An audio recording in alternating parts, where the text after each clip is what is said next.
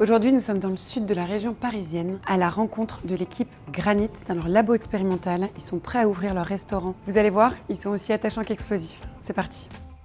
Salut à tous. Salut Tom. Salut. Salut Julien. Salut Anthony. Salut. Bienvenue. Merci. On est avec Anthony, chef pâtissier.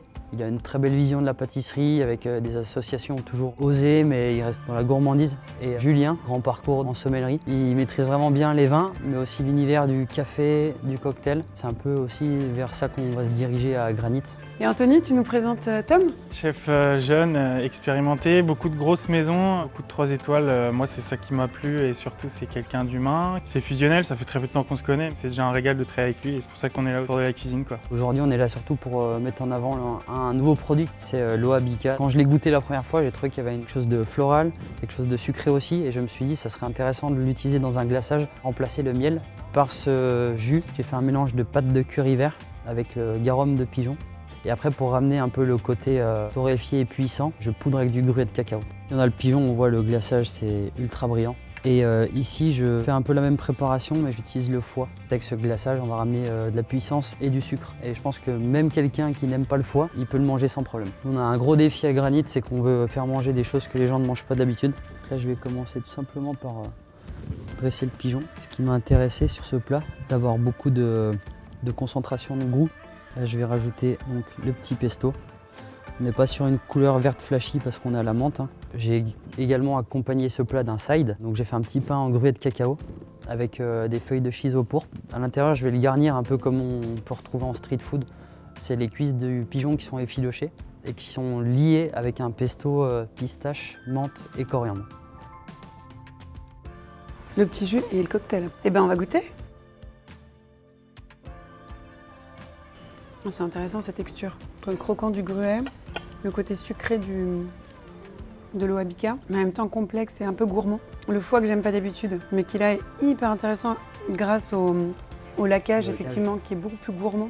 Et puis la puissance du pigeon avec la fraîcheur des herbes. C'est délicieux.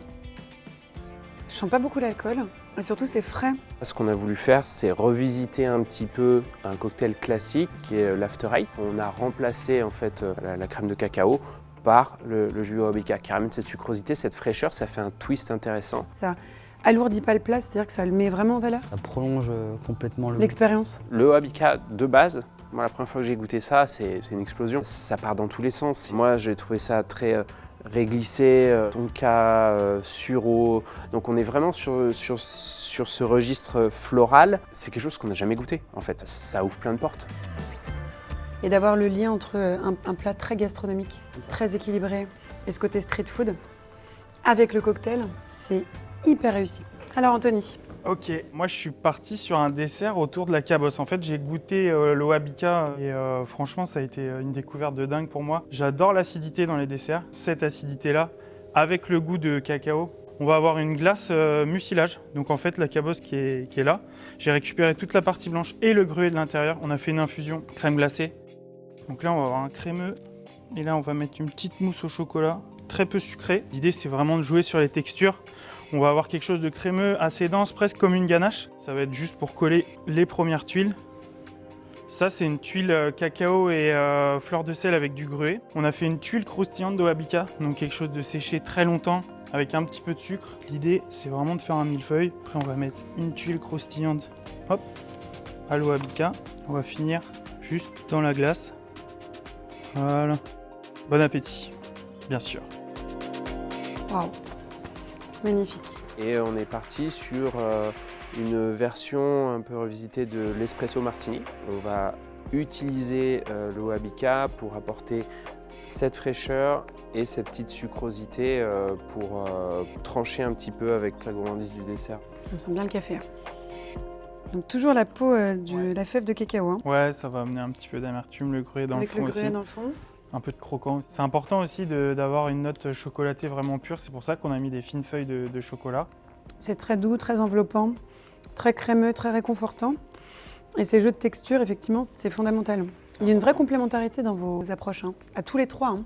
En fait, l'idée, ça a été de trouver comment faire ce pont en fait, entre le plat et une boisson. Et on le fait par le Oabica, quoi, au final. C'était beaucoup trop bon. Merci beaucoup. Et on se retrouve, nous, 6 rue Bailleul, chez Granit, dans le 1er arrondissement.